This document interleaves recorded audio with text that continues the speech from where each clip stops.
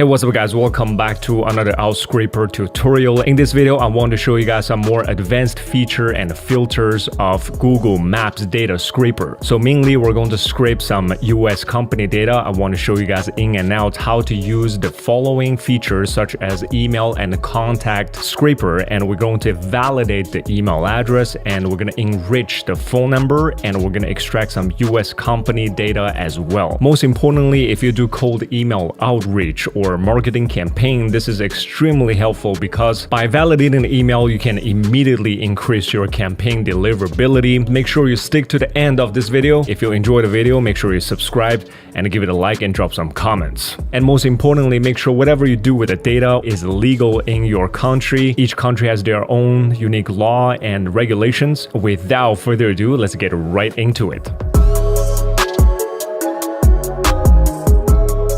First and foremost, if you don't have an Outscraper account, the link is in the description below. Make sure you get an account and log into your dashboard. First thing you want to come to is businesses and POI. And you can see the first option is Google Map Data Scraper. Give that a click, you're going to load up the scraper here. For demonstration purpose, I'm going to do category of a restaurant. For location wise, I'm going to go with the US. I'm going to choose LA, Los Angeles as an example. For more accurate result, I always turn on use zip codes because you can see that Google only shows about 500 place per queries, right? So with this feature turned on, you get to extract more coverage and more results in that case. So if you input a maximum results limit to 0, that means it's going to go unlimited. So it's going to find every single restaurant possible on Google Maps in LA, Los Angeles. For tutorial purpose, I'm going to input 100. So this shouldn't take long to scrape everything. I do want to delay duplicates in case there is duplicated output. And from there, I always turn on ignore without emails. And if I want to find email address that has duplicates, then I want to delete as well. If you don't turn this on, it's basically going to count all the email duplicates as well. So turn that on will always keep your results unique. And from there, you can see I already turned on the most frequently used two features that I personally use. Basically, is email and contact scraper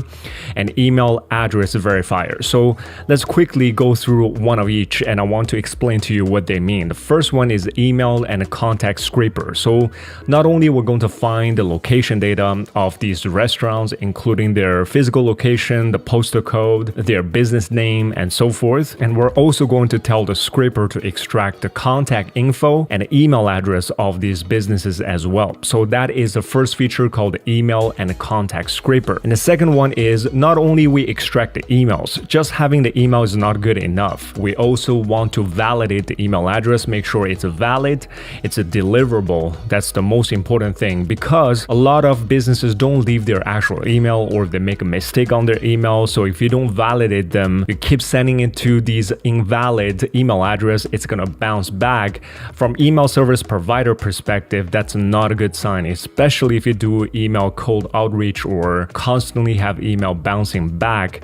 That is not a good indication. And the third one in the menu here is disposable email. It also helps you to check if this email address has been found in the disposable email database. Phone number enricher is what I also want to show you in this tutorial, because you're going to find a lot of good phone number data from this scraper. And if I go a little bit further down, you can see WhatsApp checker, iMessage checker, and we have a Trustpilot scraper, LinkedIn company scraper, and US company data enricher. The US company data enricher is going to find out all the company's legal name, phone number, employee number, sales volume. All these data is publicly available. You don't have to manually search them. You can just use the scraper to do the job. So far we have checked these four features, and that's going to be the scraping parameter we input. And from there, you can choose advanced parameter. Here you can choose what language you want to go for. In my case, it's going to be English. And lastly, we want to choose the correct format of the final results. In my case,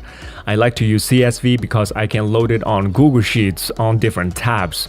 And then you want to give it a tag. In my case, I'm going to do a demo task.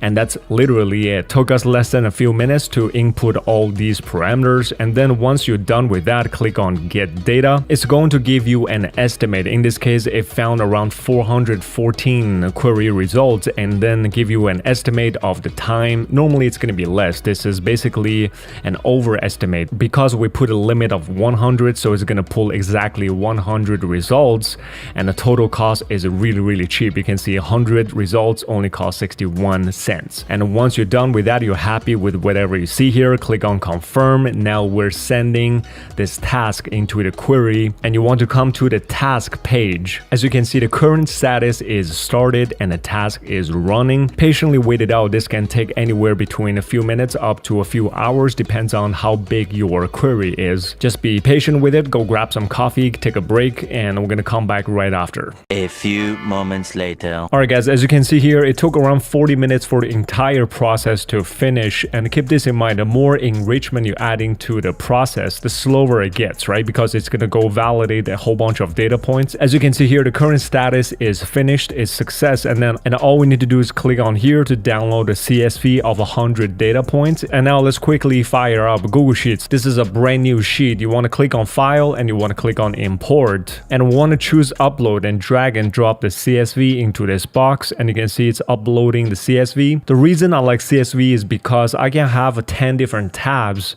and I can load different CSV on different tabs. However, if you download Excel format and using Google Sheets, it's going to replace the entire Google Sheets no matter how many tabs you have it open. I'm currently going to replace the current sheet, detect automatically, click on Import Data. That's all you need to do. There's around 101 rows in total minus the header right here. So in total, we have around 100 rows in total. In order to read the data better, I'm going to click on this icon, and to select the entire sheet, I'm going to click on Format. I'm going to add alternative color. So this way, I'm going to choose one of the blues. So this way, we can easily to read this data. So for the headers, I'm going to stretch it out a little bit. As you can see, here's our query, our restaurant searching in LA, Los Angeles area. We came up with 100 results in total. Here is all the restaurant or business names. The script helped us to pull their website URL. From there, we'll have a subcategories or subtypes. Here's the first data point, which is phone number. Could be potentially really useful if you do cold calling. So the phone enricher, what we pulled here is number one, their carrier name. You can see AT&T Corporation is here, and there's some whole bunch of other companies. And from there, we'll have a carrier type, which is either fixed line or other, or we also have a mobile. As you can see here, the column BJ, this is one of the most important columns because we've used email address verifier. So what I can do here is I want to select the entire sheet one more time, click on data, and I want to create a filter. You can see based on the filter, there's these categories. We either have invalid email address. If you send them an email, it might be a hard bounce. The email will never go through, so don't even bother wasting your time. Second one is receiving, meaning if you send them an email, their status is receiving the email. And third one is unknown. And from there, the second thing we can check is a valid format. If this email has a valid format or not, you can see every single one of these email format is true. You can also check if the email has been blacklisted by the email service provider. As you can see, they're all false. And from there, we can check if this email has a valid DNS. And from there, we can check SMTP, which some of them are true, some of them are false, and some of them are empty. Sometimes businesses or companies list a few or couple email address. So if the first one you can reach out to them, you can try the second one. And we also pulled email address number 3. So there's a multiple email address can be pulled, not only just one. Last but not least, let's quickly review the US company data enricher. Let's see what kind of data sets it collected. So basically we have company name, legal name, the business type. We have their starting year of the business. We have their company phone number and a fax number.